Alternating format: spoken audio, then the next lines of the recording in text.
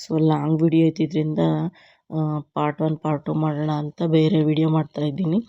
So ಇದು ಬಂದು ಅವ್ರ ಮನೆಗೆ ರೀಚ್ ಆದಾಗ ಎಲ್ಲರೂ ನಾವು ಆಲ್ಮೋಸ್ಟ್ 11:30ಗೆ ಬಂದ್ವಿ. ನಮ್ಮ ಅತ್ತೆಯವರ, ನನ್ನ ಹಸ್ಬೆಂಡ್, ಅಮ್ಮ ಅವರ ಅಕ್ಕ ಇನ್ನೂ ಬದುಕಿದ್ದಾರೆ. ಅವ್ರಿಗೆ ಒಂದು 108 ವರ್ಷ ಆಗಿರ್ಬೋದು. ಅವ್ರನ್ನ ಮಾತಾಡ್ಸ್ಕೊಂಡು ಬರೋಕ್ಕೆ ಅಂತ ಅಲ್ಲಿ ಸ್ವಲ್ಪ ಹೊತ್ತು ಕೂತಿದ್ವಿ. ಇನ್ನೂ ಯಾರೂ ಜನ ಬಂದಿರಲಿಲ್ಲ. ಆಲ್ಮೋಸ್ಟ್ ಊಟದ ಟೈಮ್ಗೆ 1 ಗಂಟೆ ಮೇಲೆ ಎಲ್ಲರೂ ಜಮಾಯಿಸ್ತಾರೆ ತುಂಬ ಜನ. ಸೊ ಇವಾಗ ನಮ್ಮ ಅತ್ತೆಯವರ ಅಕ್ಕನ ಮನೆಗೆ ಹೋಗ್ತಾ ಇದ್ದೀವಿ. ಅವ್ರನ್ನ ತುಂಬ ವರ್ಷ ಆಗಿತ್ತು ನೋಡಿ. ಅದರಲ್ಲೂ ನನ್ನ ಮಗನಿಗೆ ಅಚ್ಚಮ್ಮ ಅಂದರೆ ಯಾರು ಅಂತ ಗೊತ್ತಿಲ್ಲ. ಅಚ್ಚಮ್ಮ ಅಂದರೆ ಅಪ್ಪನಮ್ಮ ಅಂತ. ಯಾರು ಅಚ್ಚಮ್ಮ, ಯಾರು ಅಚ್ಚಮ್ಮ, ನೋಡವ ನೋಡವ ಅಂತ ಬೇಕಾದಷ್ಟು ಟಾರ್ಚರ್ ಕೊಟ್ಟಿದ್ದೆ ನಮಗೆ ಮನೇಲಿ. ಸೊ ಇಲ್ಲಿ ಬಂದ್ವಿ.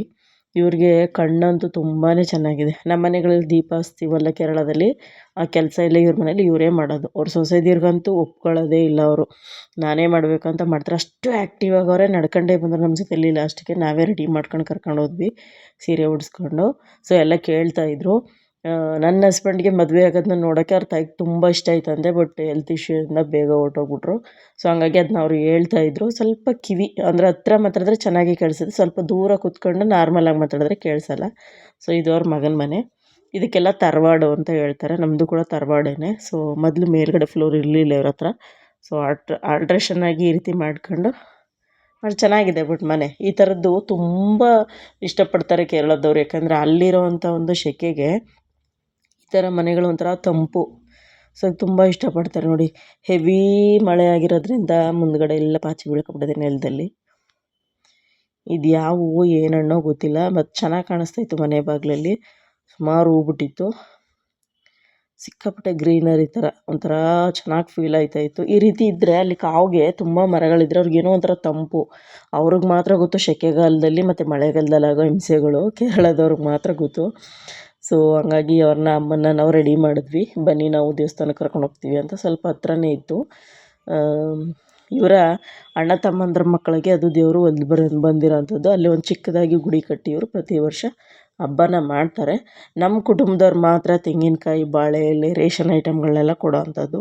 ಅಕ್ಕಪಕ್ಕದ ಊರವರು, ಅವ್ರ ರಿಲೇಟಿವ್ಸ್ಗೆಲ್ಲ ಅವರು ಬಂದು ಹೇಳಿರ್ತಾರೆ ಡೇಟ್ನ. ಸೊ ಅಕ್ಕದ ಮನೆಯವರು, ಆ ಊರಿನ ಜನ ಎಲ್ಲ ಬರ್ತಾರೆ ಊಟಕ್ಕೆ. ಮತ್ತು ಸಂಜೆ ಆದಮೇಲೆ ದೇವ್ರ ಕುಣಿತ ಇರುತ್ತೆ ಊಟ ಎಲ್ಲ ಮುಗಿಸಿದ್ಮೇಲೆ. ಸೊ ಇದು ಬಂದು ಮುತ್ತಪ್ಪನ ಗುಡಿ. ಇವ್ರು ನಿತ್ಯ ಪೂಜೆ ಮಾಡಿ ಮಾಡೋಂಥದ್ದು. ಇವ್ರ ಕುಟುಂಬಕ್ಕೆ ಬಂದಿರೋ ಅಂಥದ್ದು. ಸೊ 1:30 ಆಯಿತು. ನಮ್ಮ ಹಸ್ಬೆಂಡ್ ಅವ್ರ ಅಕ್ಕ ಹೇಳಿದ್ರು ಊಟ ಮುಗಿಸ್ಕೊಂಡು ಕೂತ್ಕೊಳ್ಳೋಣ, ಜನ ಬಂದರೆ ಇನ್ನೂ ನಮ್ಗೆ ಜಾಗ ಸಿಗೋಲ್ಲ ಕೂತ್ಕೊಳ್ಳೋಕ್ಕೂ ಅಂತ. ಅಷ್ಟು ಜನ ಸೇರ್ತಾರೆ. ಈ ಸಾಂಬಾರಂತೂ ನಂಗೆ ತುಂಬಾ ಇಷ್ಟ. ಮದುವೆ ಮನೆ ಸಾಂಬಾರು ಥರ ಇರುತ್ತೆ, ಬಟ್ ಸ್ವಲ್ಪ ಖಾರವಾಗಿರುತ್ತೆ. ಮೆಣಸೆಲ್ಲ ಹಾಕಿ ಮಾಡಿರೋಂಥದ್ದು. ಮತ್ತು ಇನ್ನೊಂದು ಹಾಗಲಕಾಯಿ ಸಾಂಬಾರು ನಂಗೆ ಯಾಕೋ ಇಷ್ಟ ಆಗಲಿಲ್ಲ ಅಷ್ಟಾಗಿ. 2 ಥರ ಸಾಂಬಾರು, ಮನೇಲಾದರೂ ಅಷ್ಟೇ ದೇವಸ್ಥಾನದಲ್ಲಾದರೂ ಅಷ್ಟೇ 2 ಥರ ಸಾಂಬಾರು, 2 ಥರ ಪಾಯಸ ಅಂತೂ ಇದ್ದೇ ಇರುತ್ತೆ. ಅದು ಅಕ್ಕಿಲೇ ಮಾಡಿರೋಂಥ ಪಾಯಸ ತುಂಬ ಚೆನ್ನಾಗಿರುತ್ತೆ ಟೇಸ್ಟಾಗಿ. ಸೊ ಪೂಜೆಗೆಲ್ಲ ರೆಡಿ ಮಾಡ್ಕೊತಾ ಇದ್ದಾರೆ. ಮಂಡಲ ಪೂಜೆ ಮಾಡ್ತಾಯಿದ್ದಾರೆ ಅವರು. ಅವರೇ ಮೇಯ್ನ್ ಪೂಜಾರಿ. ಅವ್ರು ಪ್ರತಿ ವರ್ಷ ನಾನು ವರ್ಷ ನೋಡ್ತೀನಿ. ಹೋದ ವರ್ಷ ಮಾತ್ರ ನಾನು ಹೋಗಿರಲಿಲ್ಲ. ಅದಕ್ಕಿಂತ ಮುಂಚೆ ಮದುವೆ ಆದಾಗಲಿಂದ ಹಿಡಿದು ಎಲ್ಲ ವರ್ಷವೂ ಅಟೆಂಡ್ ಮಾಡಿದ್ದೀನಿ ಈ ಪ್ರೋಗ್ರಾಮ್ನ. 2 ಗಂಟೆ ಆಯಿತು. ಆಲ್ಮೋಸ್ಟ್ ಅದು 4 ಗಂಟೆ ಆಗ್ಬೋದು ಅಂತ ಇದ್ದರು. 4 ಗಂಟೆಗೆ ಅದು ದೇವ್ರ ಕುಣಿತ ಸ್ಟಾರ್ಟ್ ಆಗ್ಬೋದು. ತುಂಬ ನಂಬಿಕೆ ಇದೆ. ಇದು ನಮ್ಮ ಅತ್ತೆಯವರ ತಂದೆ ಮನೆಯ ಕುಟುಂಬದವರು ಮಾಡೋ ಅಂಥದ್ದು. ಪಕ್ಕದಲ್ಲಿ ಕುಟ್ಟೇರಿ ಅಂತ ಇದೆ ಅಲ್ಲಿ. ನೆಕ್ಸ್ಟು ನಮ್ಮ ಫೆಬ್ರವರಿಲಿ ನಮ್ಮ ಮನೆ ಹತ್ರನೇ ಇರುತ್ತೆ. ಅದು ತುಂಬ ದೊಡ್ಡದಾಗಿ ಜಾತ್ರೆ ಥರ ಮಾಡ್ತಾರೆ ಎಲ್ಲ ಊರು ಸೇರಿ. ಜಾತ್ರೆನೂ ಕೂಡ ಇರುತ್ತೆ ಅಲ್ಲಿ. ಸೇಮ್ ಇದೇ ಥರ ಹಬ್ಬ, ಬೆಳ್ಯಾಟ ಅಂತಾರಲ್ಲ ಆ ರೀತಿ. ಅದೇ ಪ್ರೋಗ್ರಾಮ್ಗೆ ಅಲ್ಲೂ ಹಂಗೆ ಊಟದ ವ್ಯವಸ್ಥೆ ಎಲ್ಲ ಇರುತ್ತೆ. ಅದು ಊರಿನವರೆಲ್ಲ ಸೇರಿ ಮಾಡೋ ಅಂಥದ್ದು. ತುಂಬ ಚೆನ್ನಾಗಿರುತ್ತೆ. ಫೆಬ್ರವರಿಲಿ ಇರುತ್ತೆ ಅದು. ನಾನು ಯಾವುದನ್ನೂ ಕೂಡ ಮಿಸ್ ಮಾಡಲ್ಲ, ಎಲ್ಲನೂ ಅಟೆಂಡ್ ಮಾಡ್ತೀನಿ. ಸೊ ಇವ್ರು ಟೇಬಲ್ ಹಾಕೊಂಡು ಕೂತಿರಲ್ಲ. ಇವ್ರದ್ದೇನಪ್ಪ ವಿಶೇಷ ಅಂತಂದರೆ, ಈ ದೇವರಿಗೆ ಹರಕೆ ಮಾಡ್ಕೊಂಡಿದ್ರೆ ದೀಪಗಳು ಇಟ್ಟಿದ್ದಾರೆ ನೋಡಿ, ದೀಪದ ಹರಕೆ ಅಥವಾ ಕೊಬ್ಬರಿ ಎಣ್ಣೆ, ದೀಪಕ್ಕೆ ಕೊಬ್ಬರಿ ಎಣ್ಣೆನೇ ಹಾಕೋಂಥದ್ದು. ಅವೆರಡನ್ನೂ ಕೂಡ ಹರಕೆ ಮಾಡ್ಕೊಂಡಿದ್ರೆ ಅವರು ತರೋಕ್ಕಾಗಿಲ್ಲ ಅಂತಂದರೆ ಇಲ್ಲಿ ಅದನ್ನ ಲೀಸ್ಟ್ ಬರೆಸ್ಬಿಟ್ಟು ಅವ್ರಿಗೆ ದುಡ್ಡು ಕೊಟ್ಟು, ಈ ಸೈಜಿಂದು ನಾನು ಹರಕೆ ಮಾಡ್ಕೊಂಡಿದ್ದು, ಅರ್ಧ ಲೀಟ್ರ್ ಆದರೆ ಅರ್ಧ ಲೀಟ್ರ್ ಕೊಬ್ಬರಿ ಎಣ್ಣೆ, 1 ಲೀಟ್ರ್ ಆದರೆ 1 ಲೀಟ್ರ್ ಕೊಬ್ಬರಿ ಎಣ್ಣೆ ಅಂತ ಹೇಳ್ಬಿಟ್ಟು ಅಲ್ಲಿ ಬರೆಸ್ಬಿಟ್ಟು ದುಡ್ಡು ಕೊಟ್ಟು ಅವರು ರಿಸಿಪ್ಟ್ ತಗೊಂಡು ಹೋಗೋದಷ್ಟೇ. ದೇವಸ್ಥಾನದವ್ರಿಗೆ ಹಣ ಅದು ಹೋಗುತ್ತೆ. ಅಪ್ಪನ ಅದರಲ್ಲಿ ಅವರು ಅದಕ್ಕೆ ಯೂಸ್ ಮಾಡ್ಕೊಳ್ಳೋಂಥದ್ದು. ದೀಪಕ್ಕಾಗಿರ್ಬೋದು, ಇದಕ್ಕಾಗಿರ್ಬೋದು, ಅಥವಾ ಅನ್ನದಾನಕ್ಕಾಗಿರ್ಬೋದು ಬಳಸ್ಕೋಬೋದು. ಮತ್ತು ಅಲ್ಲೊಂದು ಚಿಕ್ಕದು ಗೋಲ್ಕ ಕೂಡ ಇಟ್ಟಿದ್ದಾರೆ. ಅದನ್ನು ಕೂಡ ಅವರು ಅನ್ನದಾನಕ್ಕೆ ಪ್ರತಿ ವರ್ಷ ಬಳಸ್ಕೊಳ್ಳೋ ಅಂಥದ್ದು. ಚಿಕ್ಕದಾಗಿ ಒಂದು ಪುಟಾಣಿದಿಟ್ಟವ್ರೆ. ಹಂಗೆ ನೋಡೋಕ್ಕೋದ್ರೆ ದೇವಸ್ಥಾನ ಕೂಡ ತುಂಬ ಚಿಕ್ಕದೇನೆ, ಬಟ್ ಇಷ್ಟೇ ಇರುತ್ತೆ ಆಲ್ಮೋಸ್ಟ್ ಎಲ್ಲ.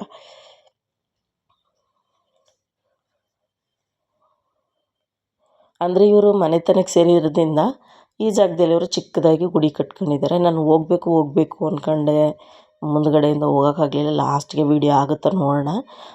ಈ ಬೆಳ್ಳಿ ಆಟದಲ್ಲಿ ಮೇಯ್ನಾಗಿ ಅವರು ನಿಂತಿದ್ದಾರಲ್ಲ ಲೆಫ್ಟ್ ಸೈಡಲ್ಲಿ ನೋಡಿ, ಅವರೇ ಇದ್ರದ್ದು ವೇಷಧಾರಿ. ಆ ವೇಷ ಹಾಕಿದಾಗ ಅವ್ರ ಮೇಲೆ ಮಂಡಲ ಪೂಜೆ ಎಲ್ಲ ಮಾಡಿ ಅವ್ರ ಮೇಲೆ ಆ ದೇವರು ಬಂದಾಗ ಏನಾಗುತ್ತೆ, ಸುಮಾರು 1 ಅವರ್ 2 ಅವರ್ ಕುಣಿತ ಇರುತ್ತೆ. ಅದೆಲ್ಲ ಮಾಡಿದ್ಮೇಲೂ ಕೂಡ ಆ ದೇವ್ರಿಗೆ ಎದುರು ಬದ್ರಾಗಿ ಕೂತ್ಕೊಂಡು ಇವರು ಮಕ್ಕಳಿಗೆ ಯಾರು ಲಾಸ್ಟಿಗೆ ತೋರಿಸ್ತೀನಿ ನಾನು, ಎಲ್ಲರೂ ಕ್ಯೂ ಅಲ್ಲಿ ನಿಂತ್ಕೊಂಡು ಅವ್ರ ಕೈಗೆ ದುಡ್ಡನ್ನ ಕೊಡ್ತಾರೆ. 10, 20, 50, 100 ಅವ್ರಿಗೆ ಎಷ್ಟಾಗುತ್ತೆ ಅಷ್ಟು ಕೊಡ್ಬೋದು. ಅದನ್ನು ಕೊಟ್ಟಾಗ ಅವರು ಅವ್ರ ತಲೆಯಿಂದ ಒಂದು ಒಂಬಾಳೆ ಗರಿ ಮತ್ತು ಒಂದು ಹೂವು ಏನಾದ್ರು ಒಂದು ಕಿತ್ತು ಕೊಟ್ಟು ಆಶೀರ್ವಾದ ಮಾಡಿ ಅವ್ರಿಗೆ ಮನಸ್ಸಲ್ಲಿ ನಿಜವಾಗ್ಲೂ ಅವ್ರ ಮನಸ್ಸಲ್ಲಿ ಇರೋದನ್ನು ಹೇಳ್ತಾರಲ್ಲ, ಅದು ನಂಗೆ ತುಂಬ ಇಷ್ಟ ಆಯಿತು. ಯಾಕಂದರೆ ನಿನ್ನಲ್ಲಿ ಭಯ ಇದೆ, ನೀನು ಈ ರೀತಿ ಅಂತ ಹೇಳ್ಬಿಟ್ಟು ಏನು ಹೆದರಬೇಡ, ದೇವ್ರ ನೆನೆಸ್ಕೊ ಅಂತ ಹೇಳಿ ಅವರು ಆಶೀರ್ವಾದ ಮಾಡಿ ಕಳಿಸೋವಂಥದ್ದು. ವಿಡಿಯೋ ಲಾಸ್ಟಲ್ಲಿ ಆ್ಯಡ್ ಮಾಡ್ತೀನಿ ನೋಡಿ. ಪ್ರಪ್ರಥಮವಾಗಿ ಅವರು ಪೂಜೆ ಮಾಡಿದ ತಕ್ಷಣ ಇವರು ಕೊಡ್ತಾಯಿದ್ದಾರೆ ನೋಡಿ, ಚಂಡಾವಾದ್ಯ ಅನ್ನೋದು ಅದು ಕೇರಳದಲ್ಲಿ ತುಂಬಾ ಫೇಮಸ್ ಇದು. ಲೇಡೀಸು ಕೂಡ ಈಗ ಟ್ರೈನಿಂಗ್ ತಗೋತಾವ್ರೆ ಇದಕ್ಕೆ.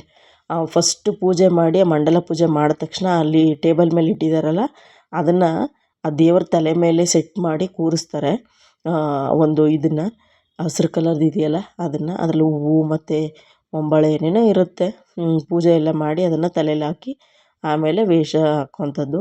ಸೊ ಅದ್ರ ಪೂಜೆ ಮಾಡಿ ಫಸ್ಟು ಚಂಡಾವಾದ್ಯದವ್ರಿಗೆ ಕೊಡೋ ಅಂಥದ್ದು ನೋಡಿ. ಇವರು ಪೂಜೆ ಮಾಡ್ತಾಯಿದ್ದಾರೆ. ಅದಕ್ಕೆಲ್ಲ ಒಂದು ನಿಯಮ ಅಂತ ಇರುತ್ತೆ. ಇದೇನೋ ಡಿಫ್ರೆಂಟು ಅಂತ ಇದ್ರೆ, ಬಟ್ ಈ ಕೊಡಗು ಮಂಗಳೂರು ಕಡೆ ಎಲ್ಲ ಕೋಲ ಅಂತೆಲ್ಲ ಮಾಡ್ತಾರಲ್ಲ, ಸೊ ಆ ಥರನೇ ಸೇಮ್ ಇದು. ನಾನು ಹಳೆ ವೀಡಿಯೋದಲ್ಲಿ ಒಂದು ಸಲ ಹಾಕಿದ್ದೀನಿ, ಫೆಬ್ರವರಿ ಮಂತಲ್ಲಿ ನಡೀತಲ್ಲ ನಮ್ಮೂರಲ್ಲಿ, ಅದ್ರದ್ದು ವೀಡಿಯೋ ಹಾಕಿದ್ದೀನಿ ನಾನು, ಹಳೆ ವೀಡಿಯೋದಲ್ಲಿದೆ. ಬಟ್ ಅದರಲ್ಲಿ ಈ ಥರದ ಪೂಜೆ ಎಲ್ಲ ಕ್ಯಾಚ್ ಮಾಡೋಕ್ಕಾಗಿಲ್ಲ. ನಾನು ಬೇಗ ಬಂದಿದ್ದರಿಂದ ಫ್ರಂಟಲ್ಲೇ ಕೂತ್ಕೊಂಡು ವೀಡಿಯೋ ಮಾಡ್ಕೊಂಡೆ. ಈ ಥರದ್ದೆಲ್ಲ ಎಷ್ಟು ಅದು ಹೆಂಗೆ ಕಾರ್ಯ ಕರೆಕ್ಟಾಗೆ ಮಾಡಬೇಕು ಅಂತ ಸೀರಿಯಲ್ ವೈಸು ಒಂದಾದ್ಮೇಲೆ ಒಂದು ಯಾವ ರೀತಿ ಮಾಡಬೇಕು ಅದನ್ನು ಪೂರ್ತಿ ವೀಡಿಯೋ ಮಾಡ್ಕೊಂಡಿದ್ದೀನಿ. ಇಲ್ಲಿರೋರೆಲ್ಲ ಈ ಕುಟುಂಬದವರು, ಅಲ್ಲಿ ದೇವಸ್ಥಾನದ ಮುಂದೆ ನಿಂತಿರೋರೆಲ್ಲ ಕುಟುಂಬದವ್ರು, ಅಣ್ಣ ತಮ್ಮದಿರೋರಿಬ್ರು, ಅವರು ಅವ್ರ ಮಕ್ಕಳೇ ಜಾಸ್ತಿ ಇಲ್ಲಿ ಓಡಾಡ್ಕೊಂಡು ಮಾಡೋ ಅಂಥದ್ದು. ಅದನ್ನು ಬಿಟ್ಟರೆ ಊರಿನ ಕೆಲಸಕ್ಕಾಗಿರ್ಬೋದು ಅಥವಾ ದೇವ್ರ ಕೆಲಸಕ್ಕಾಗಿರ್ಬೋದು, ಊಟ ಬಡಿಸೋಕ್ಕಾಗಿರ್ಬೋದು, ನಮ್ಮ ಕುಟುಂಬದವರೇ ತುಂಬ ಜನ ಓಡಾಡ್ಕೊಂಡು ಎಲ್ಲ ನಮ್ಮ ರಿಲೇಟಿವ್ಸ್ ಎಲ್ಲ ಮಾಡೋ ಅಂಥದ್ದು. ಅಲ್ಲಿ ನೋಡಿ ಇಬ್ಬರು ಲೇಡಿ ಬಂದು ಬರೆಸ್ಬಿಟ್ಟು, ಕೊಬ್ಬರಿ ಎಣ್ಣೆ ಆಗಿದ್ದರೆ ಕೊಬ್ಬರಿ ಎಣ್ಣೆದು ನಮ್ಮದು ಹರಕೆ ದುಡ್ಡು ಅಂತೇಳಿ ಕೊಟ್ಬಿಟ್ಟು, ದುಡ್ಡನ್ನಾರು ಕೊಡ್ಬೋದು ಮತ್ತು ಅವ್ರ ಹತ್ರ ಪರ್ಚೇಸಾರು ಮಾಡಿ ತೊಗೊಂಡೋಗಿ ಅಲ್ಲಿ ಇಡ್ಬೋದು ದೇವಸ್ಥಾನದ ಮುಂದೆ. ಸೊ ಆ ರೀತಿ ನಾನು ನಮ್ಮ ಅಕ್ಕ ಕರಿತಾ ಇದ್ದರು ಅಲ್ಲಿ ದೇವ್ರ ಮುಂದೆ ನಿಂತ್ಕೊಂಡು ಪ್ರಾರ್ಥನೆ ಮಾಡಿ ಬರೋಣ ಬಾಬಾ ಅಂತ. ಬಟ್ ಇವರೆಲ್ಲ ಜನ ಎಲ್ಲ ಸೇರ್ಕೊಂಬಿಟ್ರಲ್ಲ ಅಂತ ಹೇಳ್ಬಿಟ್ಟು ನಾನು ಹೋಗಲಿಲ್ಲ. ಲಾಸ್ಟಿಗೆ ಹೋಗೋಣ ಅಂತ ಹೇಳ್ಬಿಟ್ಟು ಇನ್ನೇನು ಪೂಜೆ ಶುರುವಾಗುತ್ತಲ್ಲ ನೋಡಿ, ಹಿಂದೆ ಹೋಗ್ತಾ ಇದ್ದಾರಲ್ಲ ಅವರನ್ನೇ ವೇಷ ಹಾಕೋವಂಥದ್ದು, ದೇವ್ರ ವೇಷನ. ಮುಂದ್ಗಡೆಯವ್ರು ಇದ್ದಾರಲ್ಲ ಅವರು ಪೂಜಾರಿ, ಅವ್ರ ಮೇಲೂ ಕೂಡ ದೇವ್ರ ಆಹ್ವಾನ ಇದಾಗುತ್ತೆ, ಮೈ ಮೇಲೆ ಬರುತ್ತೆ. ಅವ್ರಿಗೆ ಬಂದು ನಿಂತೋಗೋ ಟೈಮಲ್ಲಿ ಇವ್ರಿಗೆ ಬರುತ್ತೆ. ಸೊ ಆ ರೀತಿ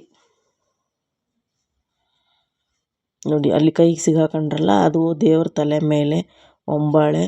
ಮತ್ತು ದೇವ್ರ ಪ್ರಸಾದ ಈ ಕೇರಳದವರು ಜಾಸ್ತಿ ಹಣೆ ಮೇಲೆ ಒಂದು ವೈಟ್ ಗಂಧ ಇಟ್ಟಿರ್ತಾರಲ್ಲ, ಅದನ್ನು ಯಾವುದೇ ಕಾರಣಕ್ಕೂ ಬಟ್ಲಲ್ಲಿ ಇಡಲ್ಲ. ತುಂಬ ರೇರು ದೇವಸ್ಥಾನಗಳಲ್ಲಿ ಇಡೋಂಥ ಬಟ್ಲಲ್ಲಿ ಇಡ್ತಾರೆ ಹೊರತು ಮನೆಗಳಲ್ಲಿ ಎಲ್ಲೂ ಕೂಡ ಅವ್ರು ಸ್ಟೋರೇಜ್ ಮಾಡೋಂಗಿಲ್ಲ ಅದನ್ನ. ಜಾಸ್ತಿ ಬಾಳೆ ಎಲೆಗೆ ಹಾಕಿ ಕೊಡೋಂಥದ್ದು, ಅದು ಬಾಳೆ ಎಲೆ ಮೇಲೆ ಹಾಕಿ ಮುತ್ತಪ್ಪನ ಪ್ರಸಾದ ಅಂತ ಕೊಡ್ತಾರೆ. ಮನೆಗಳಲ್ಲಿ ಅದು ತಗೊಂಡೋದ್ರು ಕೂಡ ಅಷ್ಟು ಖಾಲಿಯಾಗಿ ಬಿಡ್ಬೇಕು, ಅಷ್ಟೇ ಕೊಡೋದು ಅವರು. ದೇವಸ್ಥಾನಗಳಲ್ಲಿ ಇಟ್ಟಿರ್ತಾರೆ.